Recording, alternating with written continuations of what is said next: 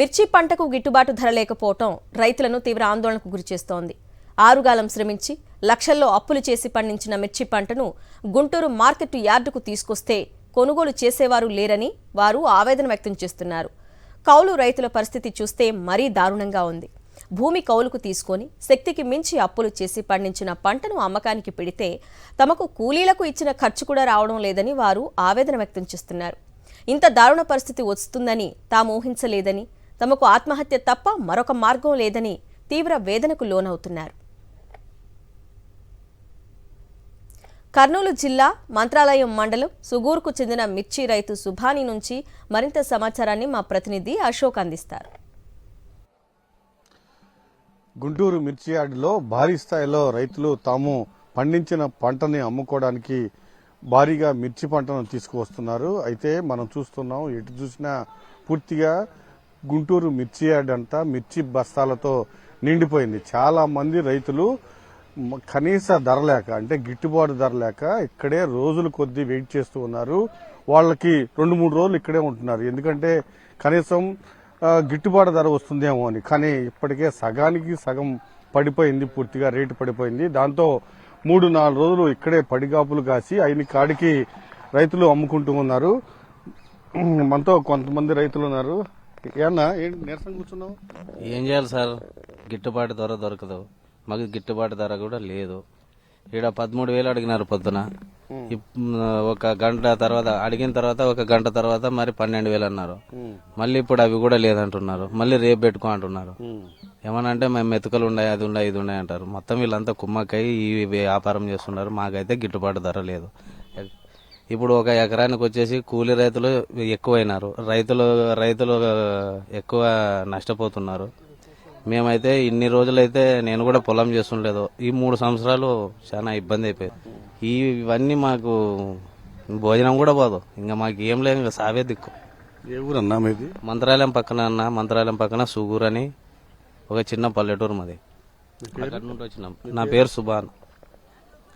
పిల్లలు ఎంతమంది అన్నా? నాకు 3 పిల్లలు, చిన్న పిల్లలు ఉన్నారు. మా వాళ్ళు కూడా ఏమి పొలానికి పోవడం లేదు. ఇంకా మా పరిస్థితులు ఇట్లున్నాయి సార్. ఎట్లా చేయాలా, గిట్టుబాటు ధర ఉంటే కొంచెం బాగుంటది. ఎప్పటి నుంచి వ్యవసాయం చేస్తున్నారు?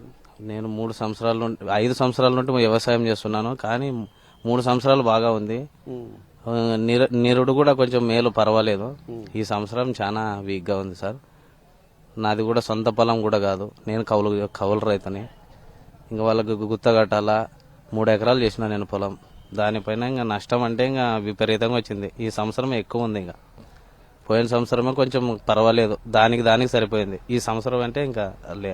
కౌలు ఎంతన్నా? కౌలు ఎకరానికి 25,000 అన్నా. ఎకరానికి వచ్చి 25,000 ఉంది. మాకు ఇంకా ఏం చేయాలా, 3 ఎకరాలకి 3,25,000 అంటే 75,000 అయింది. 75,000 కౌలే. మరి పంట అంటే మొక్కలు విత్తనాలు వేయటము లేకపోతే అది చేయటము ఎట్లా? ఎకరానికి 20,000 మొక్కలు విత్తనాలు వేయడానికి అవుతుంది. అట్లా 3 ఎకరాలకి 60,000 అవుతుంది విత్తనం వేయడానికి మాత్రమే. మరి దాన్ని గట్టి మందులు, మరి స్ప్రే మందులు అంటే ఒక ఎకరానికి వచ్చేసి 1,20,000 అవుతుంది. తర్వాత గట్టి మందు దానికి ఒక ట్రిప్కి వచ్చేసిన ఒక 3 బ్యాగులు, ఎకరానికి 3 బ్యాగులు వెళ్ళినా కూడా 9 బ్యాగులు లెక్కేసుకున్నా కూడా ఒకసారికి 10 బ్యాగులు అయిపోతాయి ఒకసారి.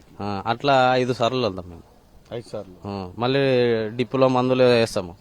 ఆ డిప్పులో మందులు ఒక్కొక్క బ్యాగ్ వచ్చేసి 5,000, 6,000 పడతాయి. అవి ఎన్ని సార్లు? అవి లెక్కలేదు, కానీ 4-5 సార్లు వేస్తాం. అవి కూడా మంచి కాప దశలో ఎక్కువ వేస్తాము. బలం మందే మీకు తెలిసి 50 కట్టలు వేస్తాం. 50 కట్టలు వేస్తాం. అవి కాక స్ప్రేలు ఎంత అవుతాయి? స్ప్రేలు చూడండి సార్, ఒక ఎకరానికి వచ్చేసి 1,20,000, 1,30,000 కూడా పైన అవుతుంది, కానీ తక్కువ అయితే కాదు. 1,20,000 స్ప్రే అవుతుందా? అవుతుంది సార్. ఎందుకని? ఇప్పుడు రేట్లు అవి కూడా పెరిగినాయి కదా సార్. అవి కూడా పెరిగినాయి. ఈ మిర్చి ఫస్ట్ లో పెరిగిందని దాన్ని కూడా పెంచేసినారు.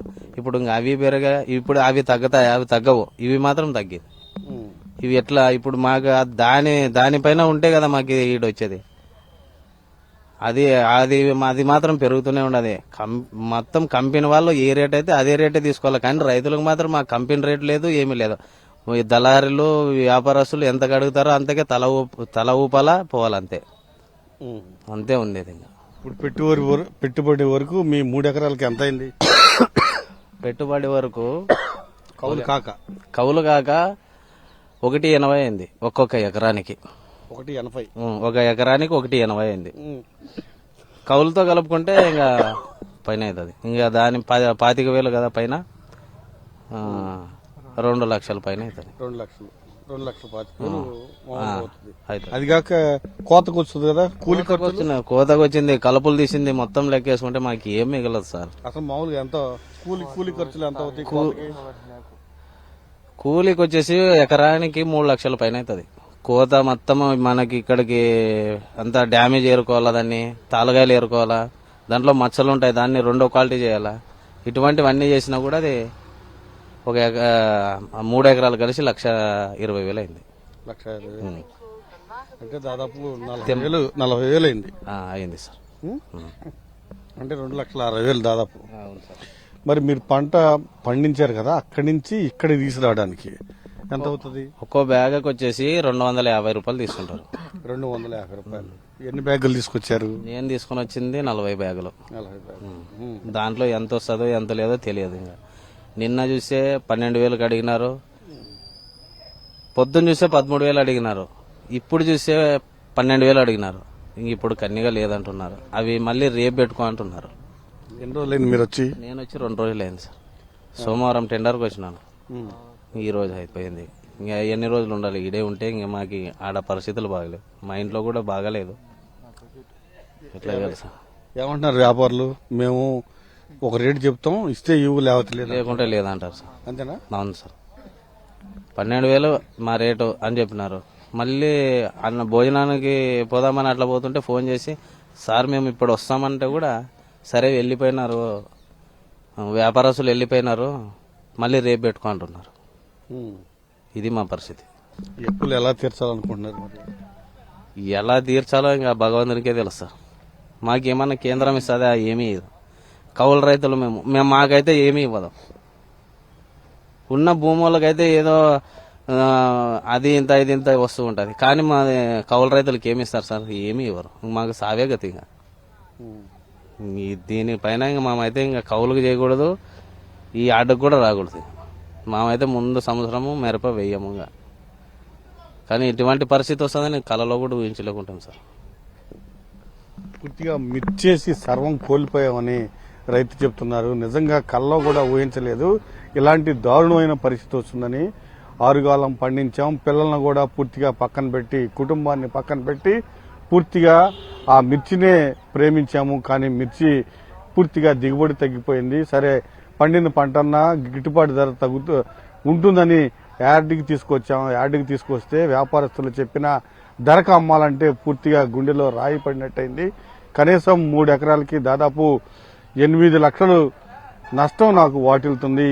ఆ అప్పులను ఎలా తీర్చాలో నాకు ఎప్పటికీ అర్థం కావట్లేదంటే రైతు ఆందోళన చెందుతూ ఉన్నారు. కెమెరామెన్ భాషతో అశోక్, సాక్షి టీవీ, గుంటూరు.